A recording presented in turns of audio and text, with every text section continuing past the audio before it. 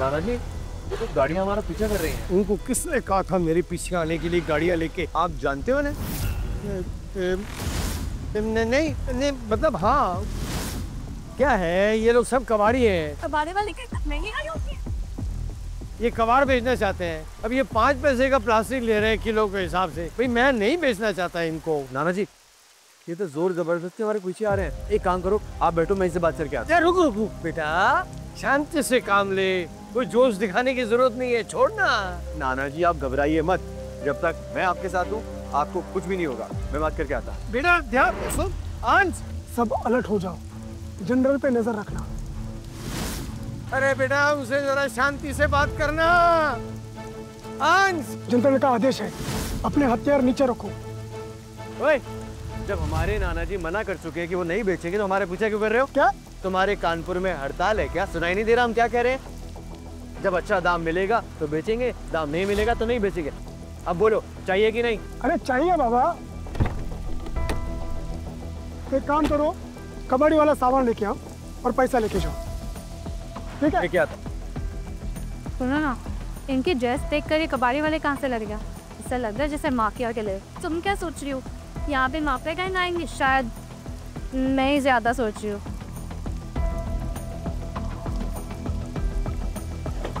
भारी है। और भी है, और लेके आ। रुको रुको रुको, कितने काफी आएंगे? ये पैसा नहीं, गिन के लो। भरोसा है आपके ऊपर, आप नाना जी के आदमी हो। नाना जी, ये तो इतना बड़ा बेवकूफ था। क्यों इतने से कबाड़ के लिए उसे इतना ढेर सारा पैसा दे दिया?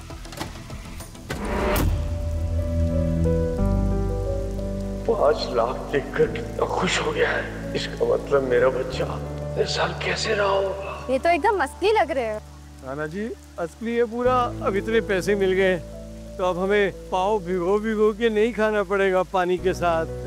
अब तो तेल और असली घी के साथ खाएंगे। नाना जी, चलिए अब मैं आपको कार दिलाता हूँ। कार? बेटा, ये तो मुझे कहा लिया। नाना जी, आप इतने सालों से रिक्शा चला के कचरा उठा के पैसे कमा रहे थे ना, आज मैं आपको यहाँ कार दिलाने के लिए आया। कितना समझदार हो गया है मेरा बेटा। अरे रुको, कहाँ घुसे आ रहे हो? ये कबाड़ की दुकान नहीं है। ओ हेलो, हम कार खरीदने के लिए आए हैं। अबे भूखे नंगो, तुम्हारी औकात है क्या? कैसे बात कर रहा है तू इससे? वे रिक्शे की दुकान सामने है, जाके वहाँ से ले ले। ये महंगी गाड़ियों का शोरूम है, समझे? नाना जी, शायद हम गलत जगह आ गए। चलिए कोई और चलते हैं। अरे वाह, आज तो मौका मिल गया। विक्रांत, तुम यहाँ क्या कर रहे हो? मैं यहाँ एक्चुअली मेरी पोस्ट कार्ड से मेरी नैनी सब्जी लेने चली गई, तो मैंने सोचा कि नई गाड़ी ले लेता हूँ। हम लोग अभी तक गए नहीं, गाड़ी से छोड़ दूँ क्या? हम खुद चले जाएंगे, इतनी भी क्या जल्दी है? अंश, चले यहाँ से। अरे इतनी भी जल्दी क्या है? अच्छा, ये अंश है जिसकी वजह से तुमने मुझे शादी के लिए मना कर दिया था? मैंने तो धर्म पाटिल की पार्टी के पास भी दे दिए थे। मेरी आई पहले ही वो कार्ड दे चुकी है, तुम्हें देने की जरूरत नहीं है। तुम्हारी माँ एक सड़क साफ करने वाली औरत है और ये टिकट मुझे मेरी किस्मत से मिला है। तुम्हें क्या लगता है तुम कुछ खास हो? हाँ, हमारी राठौड़ फैमिली को जानते हो ना, हम बहुत सीरियस लोग हैं, और तो और हमारे अंडरवर्ल्ड में कनेक्शन है। मेरे पापा धर्म पाटिल के साथ डिनर कर चुके हैं, और धर्म पाटिल की पार्टी के पास ना तुम जैसे छोटे गरीब को कभी नहीं मिल सकते। कौन है तुम्हारे पापा? मैं नहीं जानता उसे। ओ नाना, तुम कौन? मैं अपने पापा और धर्म पाटिल के बारे में बात कर रहा हूँ, तुम्हारे क्या लेना देना? क्योंकि दुर्भाग्य से मैं भी धर्म पाटिल को जानता हूँ। तुम धर्म पाटिल को जानते हो? तुम जैसे सड़क छाप धर्म पाटिल को कैसे जान सकते हैं? ए, जबान संभाल के बात कर। अपना हाथ नीचे कर कबाड़ी, तू मुझे धमका नहीं सकता। और हमारी राठौड़ फैमिली 10,000 करोड़ के एसेट की मालिक है। पूरे मुंबई में राज चलता है हमारा। अगर तूने मुझे हाथ भी लगाया ना, तू बचेगा नहीं। चल निकल।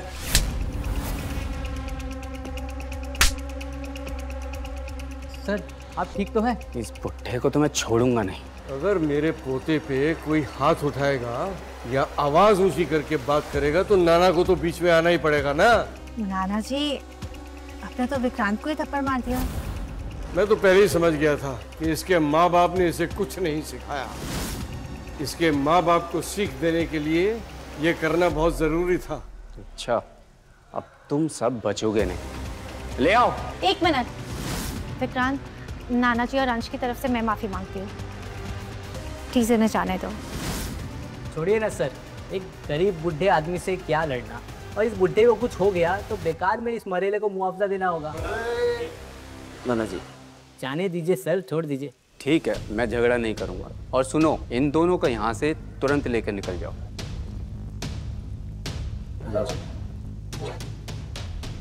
ये एक मिनट यार। नाना जी ना, गाड़ी तो अब मैं लेकर ही जाऊंगा। ले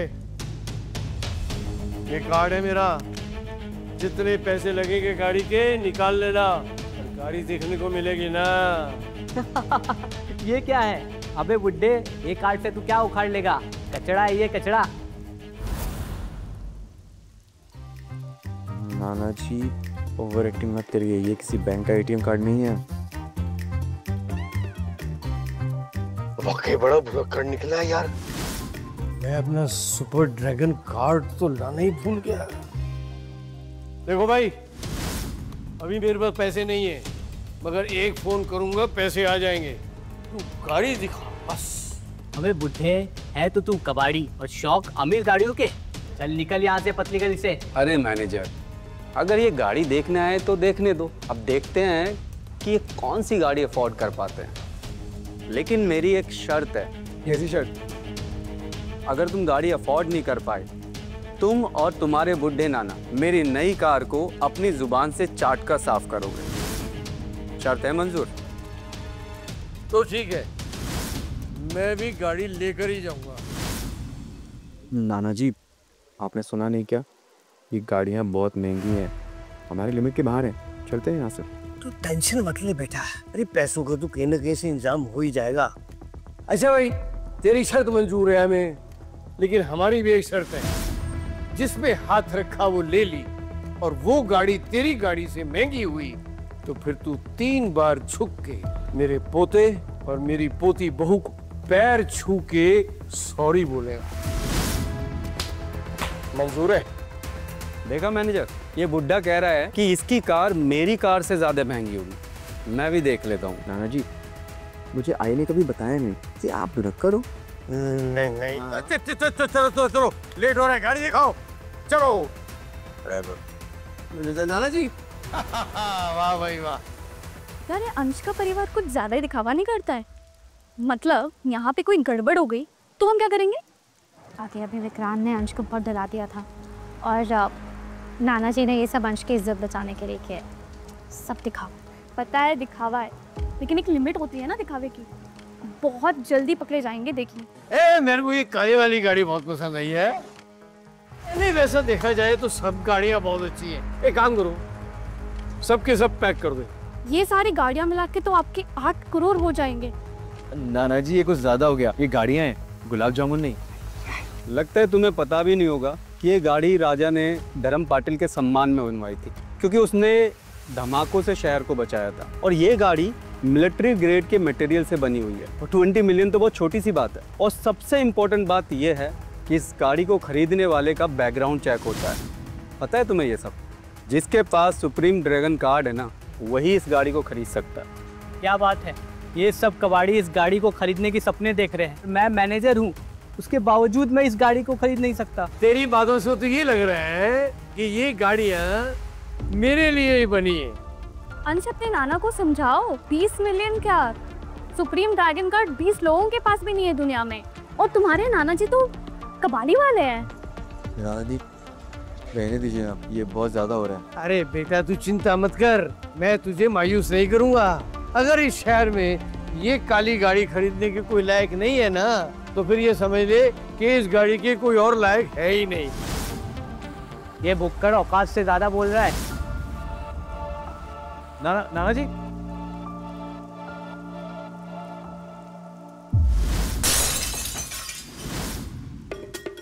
अरे पागल बुड्ढे, ये तूने क्या किया? भाई ये गाड़ी जो है ये मुझे पसंद आ गई है और ये मैं खरीदूंगा, लेकिन मुझे इसका रंग पसंद नहीं है। एक काम करो, इस पे रंग पे दूसरी परत चढ़ाओ जो मुझे पसंद हो। तुम पागल हो क्या? ये छोड़ो कि तुम एलिजिबल हो या नहीं, ये बताओ तुम्हारे पास 20 मिलियन है या नहीं? तुम कार खरीद सकते हो या नहीं? ओहो, तो 20 मिलियन की बात है सारी, उसका भी इंतजाम मैं कर लूंगा।